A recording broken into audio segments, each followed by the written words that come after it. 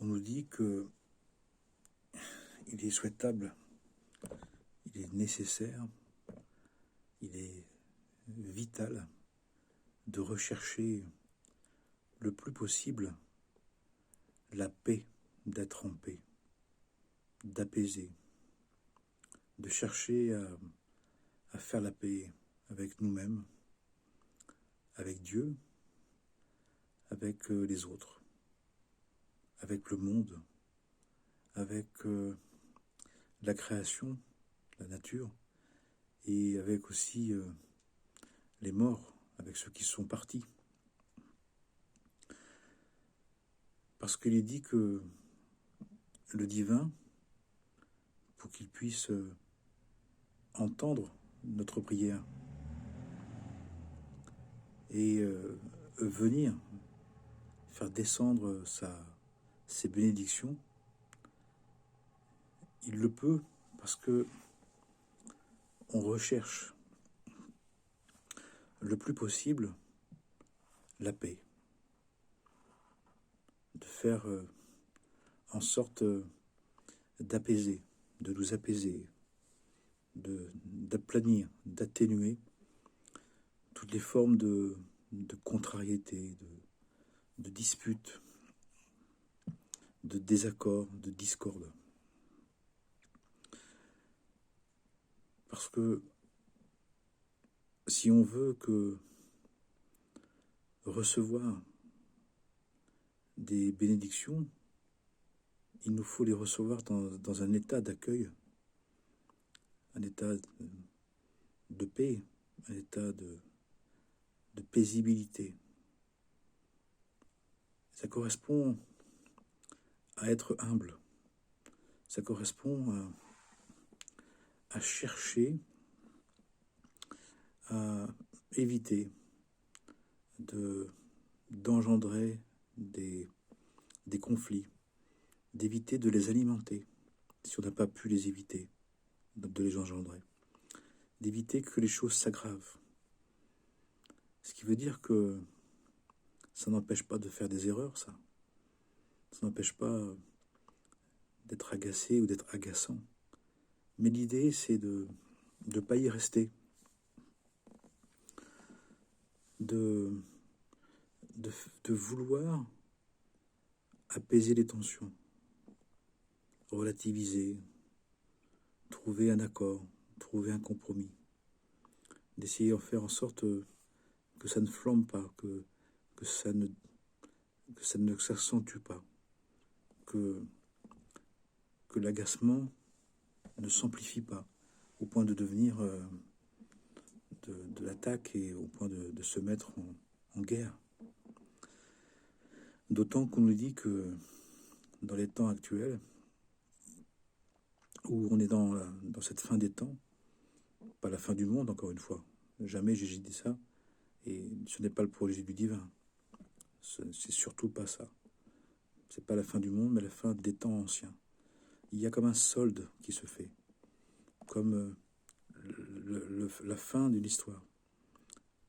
C'est comme si c'était le dernier épisode d'une série, d'une saison, de multiples saisons, de presque 6000 ans qu'on a traversé et qui se termine.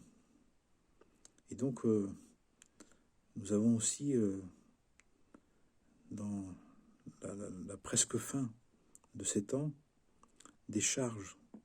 On sent bien qu'on ne peut plus vraiment passer les choses aux autres, qu'on doit s'occuper de nettoyer les fonds de cuve, de nettoyer notre manière de faire, notre manière d'être, qu'on ne peut plus simplement attendre et passer le problème aux générations futures.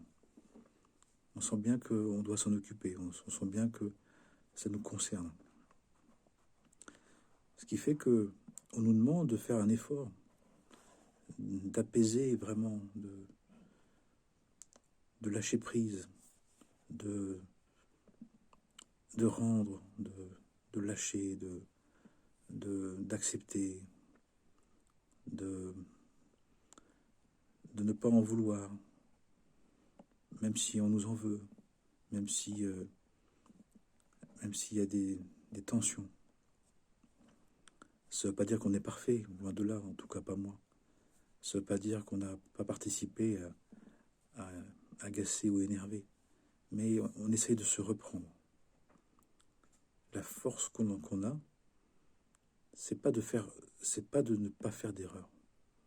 Mais une fois qu'on a fait une erreur, la force qu'on doit avoir, c'est de ne pas en rajouter, c'est de ne pas y rester, de ne pas insister dans l'erreur, de ne pas penser que parce qu'on a fait une erreur, qu'on ne peut plus rien faire, ou qu'on doit continuer dans cette erreur. On a le droit de se reprendre, on a le devoir d'arrêter. À chaque instant, dans cette fin des temps, on nous dit que au même moment, que c'est le solde de tous les contes antiques, on a la possibilité d'une aide spéciale. Le divin prend soin de nous. Le divin a créé tout avec bonté. Et donc, la moindre tentative de prendre soin, de relativiser, d'atténuer, d'adoucir, d'être compréhensif, est très importante, est très forte et très juste. Et dans les cieux, c'est quelque chose qui a une grande importance. Parce que on pourrait dire, on s'en moque, c'est pas grave, on est dans des temps où voilà, chacun il fait un peu ce qu'il veut, chacun néglige, donc un peu plus, un peu moins. Non, on nous dit non justement, que l'épreuve de tenir dans le vent, l'épreuve de tenir dans la tornade, l'épreuve de tenir le cap dans une mer déchaînée, de ne pas se perdre, de ne pas sombrer, et de tenir le cap, même s'il faut louvoyer, même s'il faut faire des écarts, même s'il faut patienter, même s'il faut y revenir, même s'il faut attendre, même s'il faut comprendre, alors qu'on n'est pas forcément compris, même s'il faut reconnaître ses erreurs, alors que l'autre ne les reconnaîtra pas, même si on doit accepter de perdre quelque chose pour le bien de la relation. Dans les cieux, il faut savoir que c'est une très grande importance. On sent bien qu'il y a une surtension, on sent bien qu'il y a une agressivité latente et que tout est explosif, que ça peut vite tourner vinaigre, comme on dit. Et bien face à ça, on nous dit que la moindre tentative de prendre soin, d'adoucir, d'atténuer, d'apaiser, est un grand mérite, engendre de très grands mérites, qui vont nous permettre ces mérites de payer nos dettes, puisque nous avons des dettes individuelles, puis nous avons aussi une dette collective. On nous dit qu'on est les générations qui avons participé au déluge, participé à la destruction du monde au début des temps, parce que on avait complètement perdu confiance en Dieu, qu'on avait perdu le sens de la royauté, de notre importance spirituelle. Et donc là, on était tombé dans plus bas que terre. On était tombé dans la débauche, dans la dépravation, dans l'exagération, dans les délires qu'on retrouve actuellement. Mais dans ce déluge d'hérésie dans lequel on est, dans ce déluge de surtension égocentrique, narcissique, orgueilleuse, vaniteuse, on peut justement produire un bien, produire une force de bien, une force d'apaisement, de désirer la paix, de rechercher la paix, de valoriser la paix. Et ce qui est très intéressant, c'est qu'on dit qu'on fait la paix parce qu'on risque de faire la guerre. On fait la paix parce qu'on est en guerre. On fait la paix parce qu'on sait qu'il y a un conflit. C'est pas parce qu'il n'y a pas de conflit. S'il n'y a pas de conflit, il n'y a pas de paix. On est tranquille. C'est tranquille. Mais la paix, c'est la résolution positive des conflits. c'est la recherche de trouver une solution raisonnable pour chacun.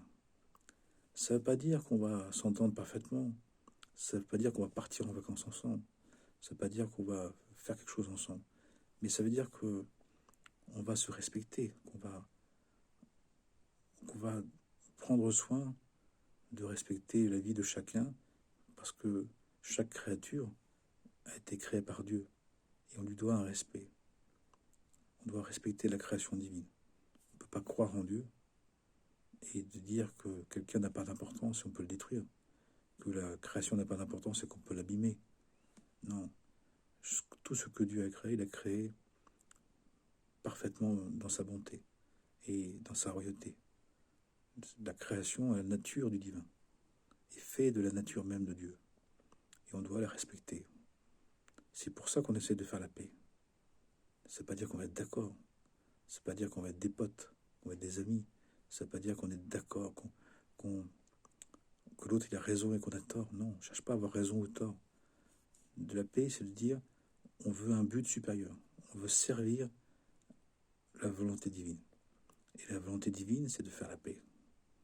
Ça coûte beaucoup, c'est difficile.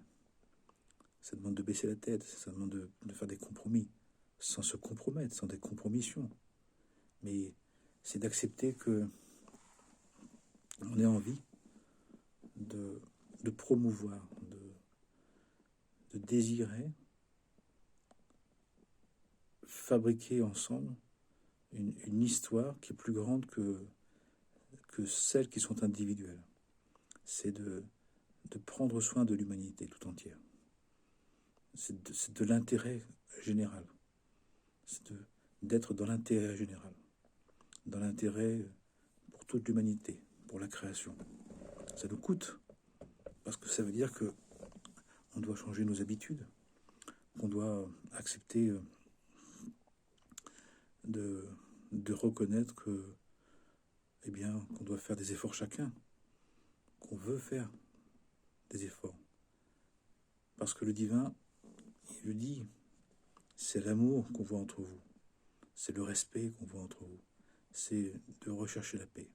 La rechercher, c'est pas forcément la trouver complètement, c'est pas de réussir à l'accomplir complètement, mais c'est de chercher à apaiser. Au quotidien, ça passe par des mots de bienveillance, une attitude respectueuse. On n'est pas d'accord, mais on n'est pas obligé de le dire avec véhémence, avec agressivité.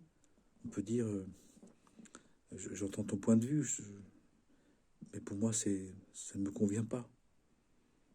Et puis comme on cherche tous, on ne peut pas dire qu'on détient la vérité, qu'on a la solution parfaite, qu'on sait exactement ce qu'il faut faire.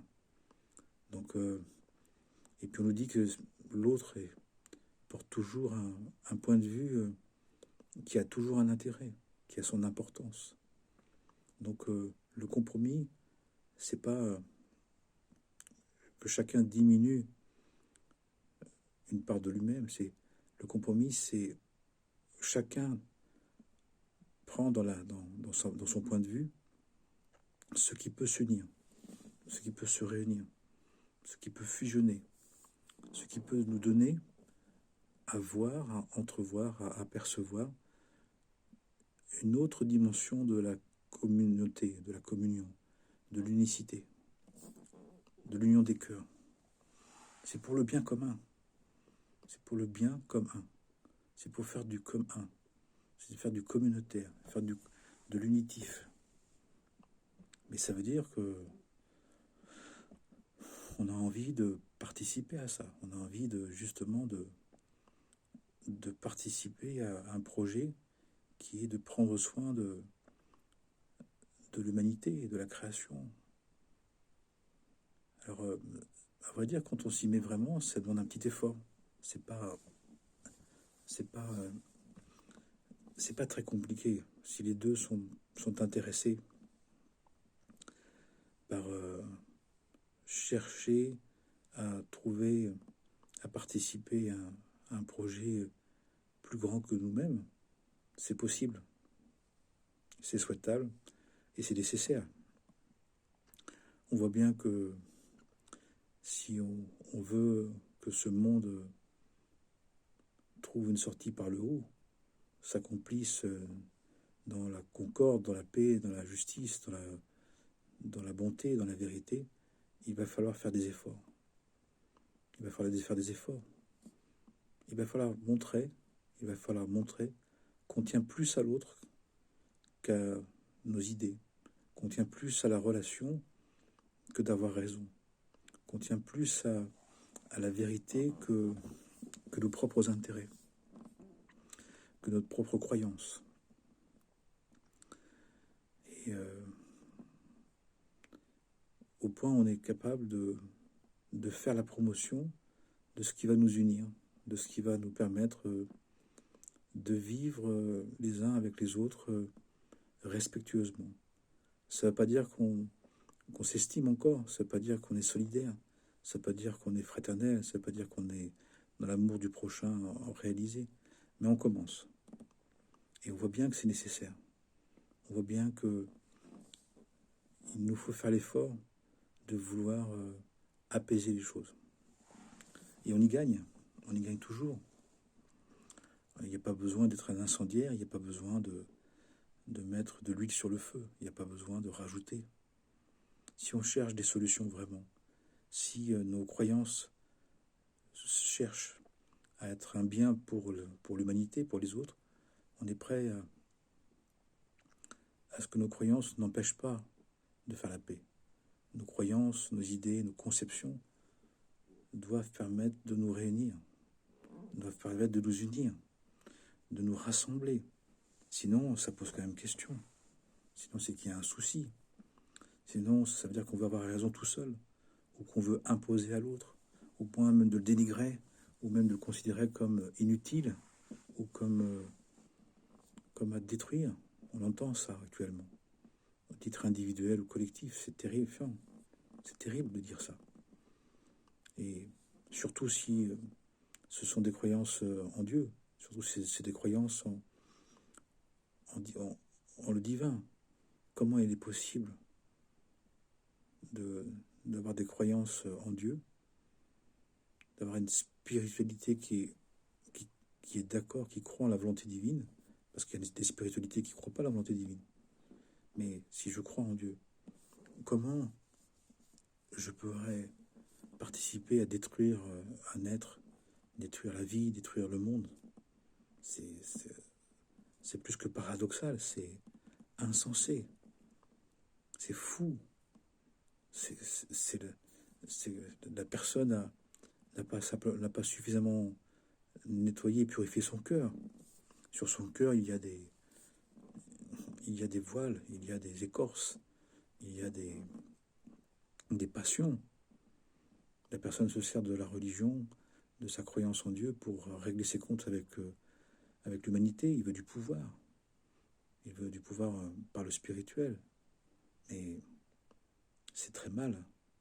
Et Dieu sera sévère. Dieu ne l'acceptera pas. Tu ne prononceras pas le saint nom de Dieu pour tes propres intérêts. Tu ne diras pas le saint nom divin, le saint nom, n'importe comment, pour n'importe quoi. Tu ne prononceras pas le saint nom divin en vain. C'est bien dit dans les 10 paroles de vie, dans les 10 commandements, que les 3 monothéismes, normalement, acceptent, sont fondés dessus. Et bien sûr, les autres aussi, même si c'est autrement, même si c'est différemment. Donc, il ne faut pas oublier ça. Bon, être dans la tradition, être dans le respect des principes divins, c'est de les respecter. Et on n'a pas à utiliser le saint nom divin pour ne pas prendre la paix. Le saint nom divin doit être ce qui doit nous unir, doit nous rassembler, doit nous soulager, doit nous apaiser. Bien sûr que dans les relations personnelles, il peut y avoir des intérêts. Dans des relations collectives, il y a des intérêts qui peuvent empêcher la paix. Mais on doit justement s'élever à une dimension d'unification, une notion de communion, une notion d'unicité par ce qui peut nous unir, c'est-à-dire le sens des valeurs divines, le sens du divin, le sens de la volonté divine qui est la même pour tous, qui a tout mis en place, qui est présente. Sinon, c'est dramatique, sinon c'est terrifiant, sinon c'est un immense gâchis. Bien sûr, si on ne croit pas en Dieu, on croit aux forces des hommes, aux forces de l'humanité, on peut comprendre que c'est pas du tout facile, puisque là, il faut que les intérêts s'associent, il faut que chacun trouve son intérêt. Mais les croyants, entre eux, doivent montrer que les croyances en le même Dieu, en un être divin et même en le même Dieu, doivent nous unir, doivent nous rassembler, doivent nous fortifier, doivent faire en sorte que les forces d'union, de cohésion, de cohérence, d'unicité, de rassemblement puissent aider ce monde. Aider ce monde. Le divin nous a confié ce monde. Le divin, il nous propose d'agir dans ce monde, de vivre selon les valeurs divines, mais pas que pour nous, pas que dans notre coin, avec indifférence ou avec haine vis-à-vis des autres. Même si on ne s'entend pas vraiment, même si c'est difficile de se mettre d'accord. Mais on ne cherche pas à se mettre d'accord pour se faire plaisir. On ne cherche pas à se mettre d'accord. On n'a pas à essayer de se mettre d'accord par l'ego, par le moi, pas par l'intérêt personnel. Mais d'être en paix, de faire la paix, c'est de s'unir par la volonté divine, par la conscience que nous sommes des êtres divins, qu'il y a une volonté divine qui a été donnée, qui a été énoncée dans tous les textes sacrés. Et ils disent la même chose, avec des formes différentes, de manières différentes. Pardon, je suis en train de faire tout tomber. Mais c'est la même chose. C'est la même situation. Donc nous devons vraiment, si nous voulons faire la paix, parce que nous devons faire la paix, accepter de nous unir par le haut, par la conscience supérieure, par le cœur, et pas par intérêt personnel, pas par affect, pas par émotionnel, pas par sympathie, mais parce que c'est l'essence même de la volonté divine. Si Dieu existe, pour les croyants il existe, pour les croyants il est la volonté, la seule volonté, puisqu'il a tout créé, et bien tout ce qu'il a créé est uni, est fait de sa volonté unique. Et donc c'est pour ça, de faire la paix, c'est de vivre dans les relations cette conscience de l'unique, du lien universel, de cet esprit de vérité qui nous unit tous, qui nous met déjà en lien. Nous sommes déjà en lien, en relation. Mais il s'agit de le vivre consciemment, volontairement, et ça s'appelle de faire la paix, d'être en paix, de respecter chacun comme un être divin à part entière, une créature de Dieu à laquelle on lui doit le total respect, que ce soit le minéral, le végétal, l'animal et bien sûr l'humain. Tout, sans exception possible, pour toutes les 70 nations, pour tous les peuples, pour toutes les formes de vie. Et chacune a été créée pour la respecter, chacune a son importance, chacune a sa place, chacune a son expression, sa force, son avantage, son intérêt, quelque chose qu'elle doit apporter au monde. Et donc, nous avons à faire la paix. C'est une ordonnance divine. C'est une nécessité. C'est une obligation. C'est une nécessité absolue dans les temps actuels.